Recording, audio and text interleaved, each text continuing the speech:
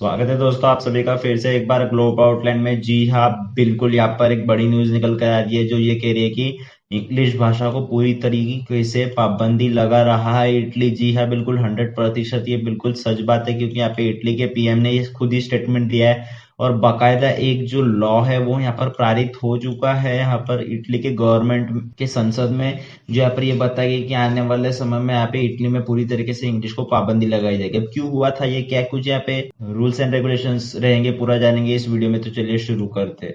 शुरू करने से पहले मैं आपको बता दूं कि अगर अभी तक आपने चैनल को सब्सक्राइब नहीं किया तो डू सब्सक्राइब द चैनल, क्योंकि आने वाले समय में और ऐसी ढेरों इंटरेस्टिंग वीडियोस आप सभी के लिए आती रहेंगी जियो पॉलिटिक्स से रिलेटेड। तो देखिए, ये अप्रैल 2 की न्यूज है। यहाँ पर ऑल इंडिया रेडियो की ये न्यूज मैं कवर कर रहा हूँ आपके लिए। क्या बताया गया है यहाँ पर साफ साफ शब्दों में लिखा गया है कि Italian government seeks to ban English other foreign languages in official communication. जी हाँ, बिल्कुल यहाँ पे इंग्लिश के साथ और भी ऐसे कुछ ऑफिशियल फॉरेन लैंग्वेजेस है जो यहाँ पर इटली में यूज होती है, वो यहाँ पर सीधे सीधे बैन कर दी गई है। जी हाँ, बिल्कुल। अब देखिए, आपके मन में क्वेश्चन आ रहा होगा कि रुकिए थोड़ा सा, क्या वही इटली है ये जहाँ पर कुछ महीनों पहले चैट जीपीटी बैन हुई थी?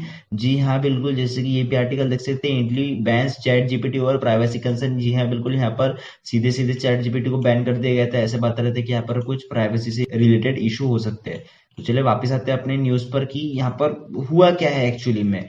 तो देखिए, यहाँ पर जैसे मैंने बताया कि इटली के जो प्राइम मिनिस्टर है जॉर्जिया मेलोनी, उन्होंने यहाँ पर सीधे सीधे क्या किया कि इंग्लिश को यहाँ पर बैन कर दिया गया है। और ये भी बिल्कुल कड़े शब्दों में बताया गया है कि अगर कोई भी जो ऑफिशियल पर्सन है इटली का वो यहाँ पर इंग्लिश यूज करते हुए दिखा तो उसको 1 लाख यूरो का फाइन लगाया जाएगा। जी हाँ, बिल्कुल। अब मैं आपको बता दूं कि ये 1 लाख यूरो अगर इंडियन करेंसी में करते जाए ना अपन कन्वर्ट, तो यहाँ पर कहीं ना कहीं 89,56,000 मतलब लगभग लगभग 90 लाख की यहाँ पर पेनल्टी लगाई जा सकती है इटली के द्वारा अगर यहाँ पर इंग्लिश शब्द का प्रयोग किया गया। अब देखिए, इंग्लिश शब्द in the sense English language, अगर इंग्लिश लैंग्वेज का कोई भी यहाँ पर वर्ड भी यूज किया गया ना तो उस पर भी ये फाइन लागू हो जाएगा। जी हाँ, बिल्कुल। अब सोच सकते हैं कि यहाँ पर सपोज मैं इंडिया का एग्जांपल लेता हूँ कि इंडिया में अगर बोले कि देखिए हाल फिलहाल में ना आपकी जो इंग्लिश लैंग्वेज है वो बिल्कुल बंद हो जाएगी, ठीक है।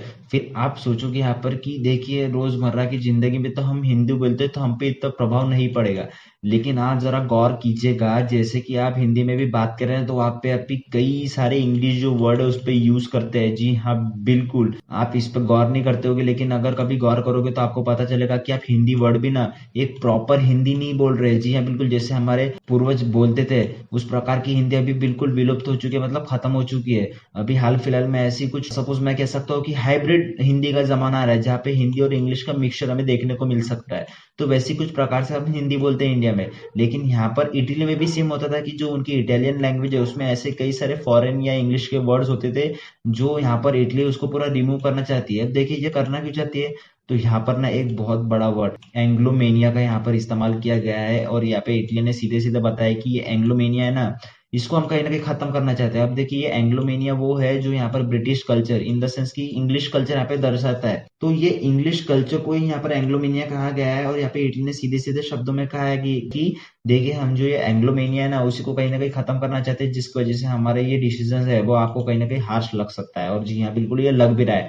काफी सारे लोगों की यहाँ पे प्रतिक्रिया आ रही है कि देखिए ऐसे कैसे कह सकता है इटली, ऐसे कर कैसे सकता है, क्योंकि देखिए यहाँ पर जितना आप ओपन रखोगे अपने नेशंस में लोगों को उतना आपके पास टैलेंट प्रोड्यूस होगा, जितना टैलेंट प्रोड्यूस होगा उतनी अपॉर्चुनिटीज भी आएगी। तो अगर आप इसको यहाँ पर रेस्ट्रिक्शंस लगा दोगे ना कहीं तो यहाँ पर जिस प्रकार से यहाँ पर प्रोडक्टिविटी हो सकती थी ह्यूमंस की वो कहीं ना कहीं खत्म हो जाएगी, ऐसा यहाँ पर मानना है अपोजिशन का।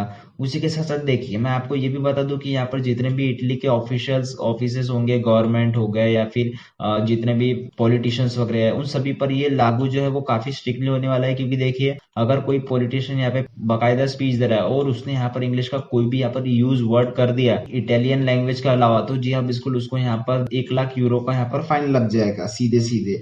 उसी के साथ यहाँ पर ऑफिस में बाकायदा सपोज आप बैंक में जा रहे हो, पोस्ट ऑफिस में जा रहे हैं यहाँ पर, या किसी ऑफिशियल गवर्नमेंट ऑफिस में जा रहे हो, तो वो यहाँ पर जो ऑफिसर्स होंगे ना उन पे भी कड़ी नजर रखी जाएगी कि जी हाँ बिल्कुल आप कहीं ना कहीं यहाँ पर इंग्लिश का वर्ड तो इस्तेमाल नहीं कर रहे ना। अब देखिए यहाँ पर ये बिल्कुल वहाँ के सिटीजन के ऊपर लागू होगा। अब अब देखिए अगर दो व्यक्ति आपस में बात कर रहे हैं ना, तो यहाँ पर जाहिर सी बात है इंग्लिश के कुछ ना कुछ वर्ड आएंगे, इतना रैपिडली यहाँ पर मूवमेंट नहीं होगा, तो देखिए उनपे ऐसा कुछ फाइन नहीं लगेगा। हाँ, लेकिन वो सामने जाके ऐसा कुछ मीडिया में वगैरह बोल रहे हैं तो जाहिर सी बात है उनपे ये फाइन लगेगा। अब देखिए ये इटली जो है, मैं आपको बता दूं कि ये पहला यहाँ पर नेशन है इंग्लिश को बैन करने वाला। जी हाँ बिल्कुल, ओवर द पास्ट यहाँ पर ऐसे कई सारे नेशन है ना, उन्होंने ये इंग्लिश पे बैन लगा चुका है, क्योंकि उनका भी सेम कंसेप्ट था कि देखिए ये जो इंग्लिश कल्चर है ना, वो हमें कहीं ना कहीं हमारा जो मूल भाव कल्चर है किसी नेशन का, सपोज चाइना का चाइनीज कल्चर होगा, हमारे इंडिया में भी काफी सारे कल्चर्स होते हैं, रिचुअल्स होते हैं, उसी के साथ साथ यहाँ पे इटली के भी कुछ कल्चर एंड रिचुअल्स होंगे, तो उन सबको कहीं ना कहीं खत्म ना करते, ये सबसे बड़ा कंसर्न निकल कर आ रहा है अभी के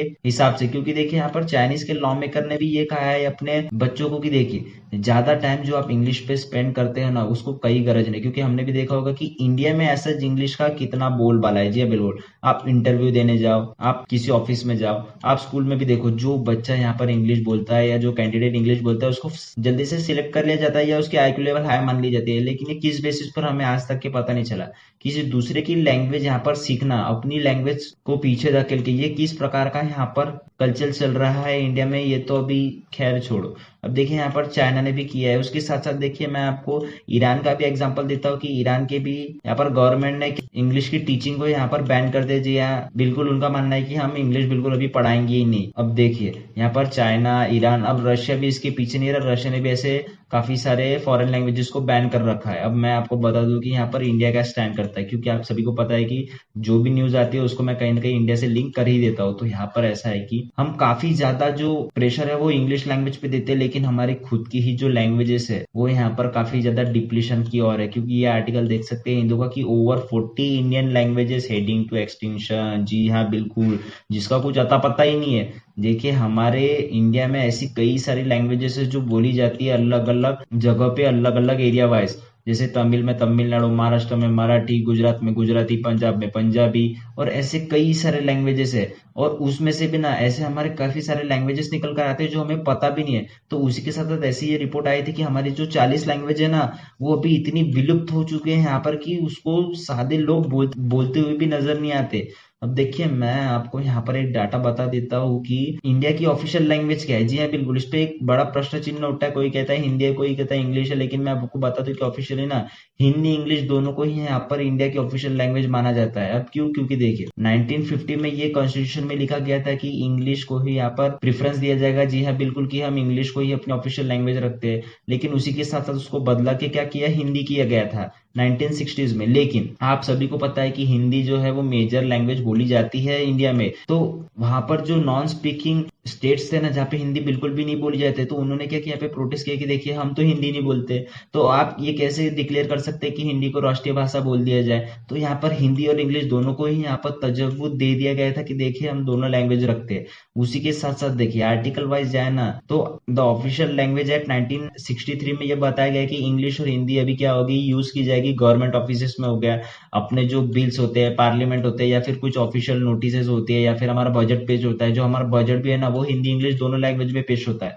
तो ऐसी पेशकश की गई थी ये ऑफिशियल लैंग्वेज एक्ट में 1963 के, कि देखिए इंग्लिश और हिंदी हम दोनों यूज करेंगे। जी हाँ बिल्कुल, ऐसा कुछ यहाँ पर नहीं रहेगा इशू। उसी के साथ साथ देखिए मैं आपको बता दूं कि यहाँ पर 22 ऑफिशियल लैंग्वेज यहाँ पे डिक्लेयर है इंडियन गवर्नमेंट के अनुसार, जिसमें कहीं ना कहीं जो भी लैंग्वेज मैंने बताई थी, मराठी, हिंदी, तमिल, गुजराती, पंजाबी, उसके साथ संस्कृत भी उस पर ऐड है।